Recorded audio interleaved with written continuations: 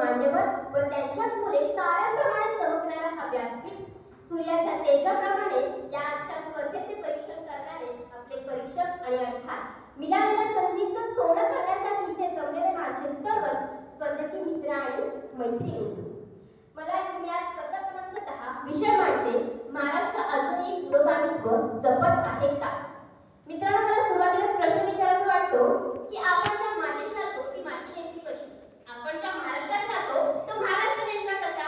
तर महाराष्ट्र म्हणजे जिजाऊंच्या संस्कारांचा, छत्रपती शिवाजी महाराजांच्या पराक्रमांचा, डॉक्टर बाबासाहेब आंबेडकर, क्रांतीसूर्य ज्योतिराव फुले यांच्या विचारांचा आणि अर्थात राजश्री छत्रपती शाहू महाराज यांच्यासारख्या प्रत्येक थोर व्यक्तीच्या कर्तृत्वाचा साक्षीदार म्हणजेच माझा महाराष्ट्र.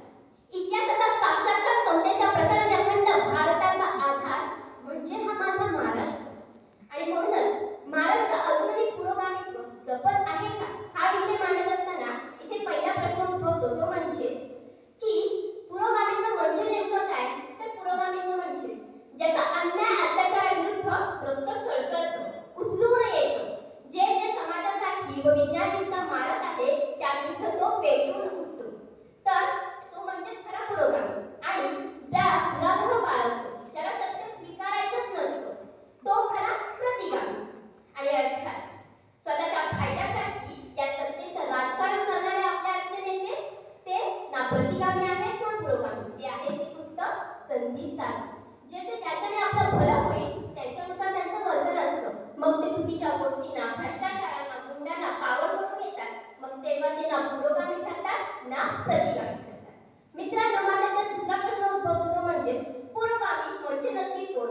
तर जेव्हा आपण पुरोगामी महाराष्ट्र हा शब्द प्रयोग करतो तेव्हाच आपल्याला लक्षात घ्यायला हवे की ज्याच्यावर छत्रपती शिवाजी महाराजांसारख्या युग पुरुषाची छाप आहे तो खरा पुरोगामी.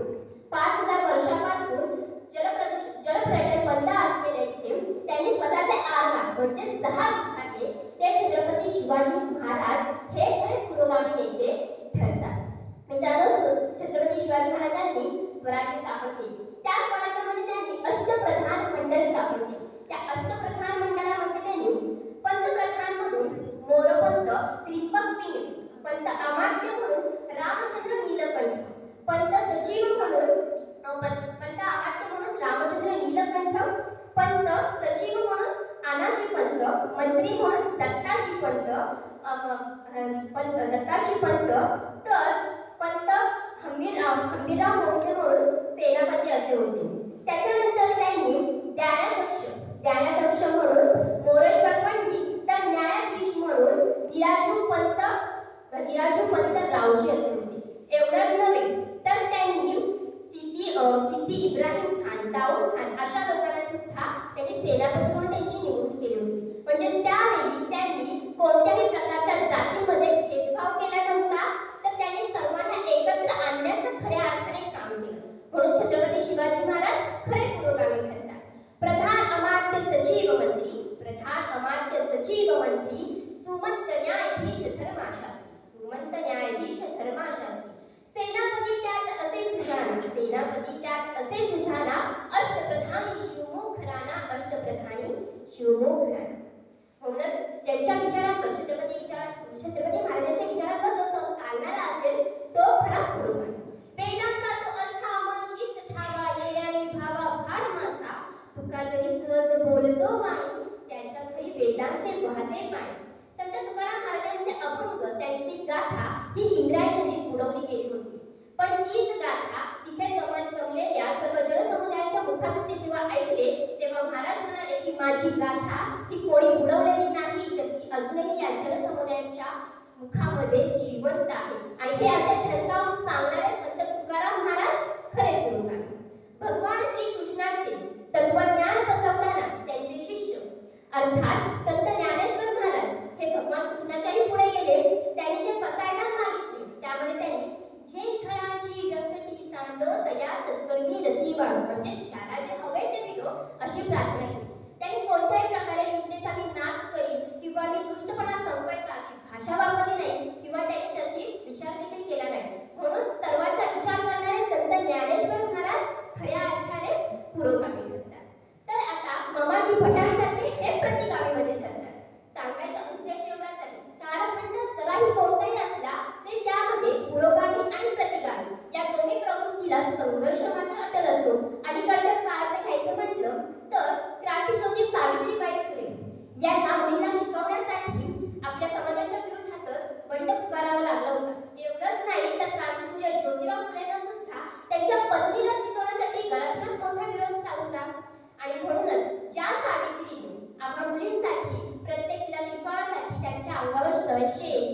डोळे झेलले ती सावित्री खरी पुरोगामी, आणि तिच्यामुळे आज मी इथे खरी उभी राहू शकले ती खरी पुरोगामी. तिच्यासाठी एकच ओळी अशी म्हणावीशी वाटते की सावित्री तुझ्या लेकीमध्ये आज आकाशात झेप घेण्याचे बळ आहे. सावित्री तुझ्या लेकीमध्ये आज आकाशात झेप घेण्याचे बळ आहे. आज मी इथे उभी आहे, या सर्वांसमोर बोलत आहे. हे तुझ्याच ज्ञानमानाचे फल आहे, हे तुझ्याच ज्ञानमानाचे फल आहे. मित्रांनो, त्यानंतर डॉक्टर बाबासाहेब आंबेडकरांनी 14 तलाचा सत्याग्रह यशस्वी करून माणसाला माणसामध्ये आणले. त्यांनी जे आपल्याला संविधान दिले त्या संविधानामध्ये त्यांनी जे हक्क प्रदान केले त्या हक्कांच्या आधारावरच खऱ्या अर्थाने बहुजन समाजाला आपण समानतेच्या तत्वावर कुठेतरी आणू शकतो. म्हणूनच संतश्रेष्ठ ज्ञानेश्वर, संत जगद्गुरु संत तुकाराम, महामानव डॉक्टर बाबासाहेब आंबेडकर, छत्रपती शिवाजी महाराज, राजश्री शाहू महाराज, राष्ट्रमाता जिजाऊ, क्रांतीसूर्य ज्योतिराव फुले, क्रांतीज्योती सावित्रीबाई फुले यांचा वारसा जो कोणी पुढे चालवणारा असेल तो खऱ्या अर्थाने पुरोगामी ठरेल. मित्रांनो, पण एकीकडे शाहू फुले आंबेडकर नाव घ्यायचं आणि दुसरीकडे बहुजन समाजाला कुठेतरी अंधारात ठेवायचं. हेच तर चाललंय ना आपल्या सध्याच्या महाराष्ट्रात. आणि आपल्या संधीचा तुम्हाला दाखवून द्यायचा खऱ्या अर्थाने. म्हणूनच तर हा विषय इथे आज मला मांडावा असं वाटलं की महाराष्ट्र अजूनही पुरोगामीत्व जपत आहे का? ज्या समाजाने विठोबानंतर संत तुकाराम महाराज व संत ज्ञानेश्वर महाराजांना आपले देव मानले, त्याच्याबरोबर मुस्लिमांचा ताबूत असेल किंवा ख्रिश्चनांचा चर्च तटस्थ अव्यक्तपणात त्यांचाही तेवढाच सन्मान केला. पण आजकालात इथे असं समजणं म्हणजे तुम्ही आपल्या समाजावर अत्याचार करत आहात, अन्याय करत आहात असं म्हटलं जातं. मग मित्रांनो, म्हणजे त्यांची विचारधारा कुठेतरी संकुचित जात आहे. त्यांची प्रथम दुई ही या धर्मांमध्ये परत आहे आणि हे करण्याचं काम कोण करत आहे तर ते संधी साधूच करत आहे. म्हणूनच इथे शंका निर्माण होते की खरंच महाराष्ट्र पुरोगामीत्व जपत आहे का? मित्रांनो, एक काळ असा होता की ज्या काली एका दलिताने हॉटेल सुरू केले,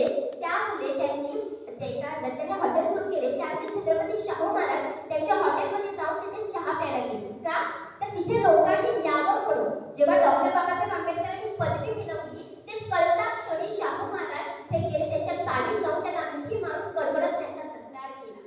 आणि पण आजचा अपेक्षित असलेला आपल्याला घडवण्याचा समाज आहे तेच करण्याचं काम कुठेतरी कमी पडताना आज मला दिसते. आणि हे करण्याचं काम आपल्या नेत्यांकडून होतच नाहीये. म्हणूनच इथे शंका निर्माण होते की खरंच पुरोगामीत्व हे कमी होणार आहे का? तर मित्रांनो, लोकमान्य टिळकांनी मराठा व केसरी ही वृत्तपत्रे लिहिली. त्या वृत्तपत्रांमधून त्यांनी ब्रिटिशांविरुद्ध आसूड फोडले. पण आजचे पत्रकार, विचारवंत हे खऱ्या अर्थाने विचार त्यांचे मांडतच नाही. जे खरं आहे ते मांडण्याचा त्यांनी प्रयत्न किंवा धाडसच करत नाही.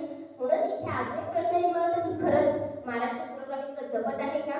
छत्रपती शिवाजी महाराजांसारख्या व राजमाता जिजाऊ सारख्या एखाद्या स्त्रीवर अन्याय झाल्यास त्या गुन्हेगारांना शिक्षा दिली जायची का? तेव्हा शिक्षा दिली जायची. पण आजचे हे आपले साधू लोक कुठेतरी त्यांना कळत नकळत पाठीशी घालताना आज दिसतात. कल्याणच्या राणीला बघून अशीच आमची आई असती सुंदर रूपवती, अशीच आमची आई असती सुंदर रूपवती, आम्ही सुंदर झालो असतो बदले छत्रपती महाराजांसारखा हा विचार जो कोणी पाळणारा असेल तो खऱ्या अर्थाने पुरोगामी ठरेल. म्हणूनच क्रांतीज्योती सावित्रीबाई फुले, राष्ट्रमाता राजमाता जिजाऊ, छत्रपती शिवाजी महाराज, डॉक्टर बाबासाहेब आंबेडकर, राजश्री शाहू महाराज, क्रांतीसूर्य ज्योतिराव फुले, क्रांतीज्योती सावित्रीबाई फुले, संत ज्ञानेश्वर, संत तुकाराम या सर्वांच्या विचारांवर जेव्हा आपण चालायला लागतो तेव्हाच खऱ्या अर्थाने आपण देखील पुरोगामी होतो. आणि म्हणूनच मला एवढंच म्हणावं असं वाटतं की मित्रांनो, आपल्याला जर पुढेही महाराष्ट्र पुरोगामी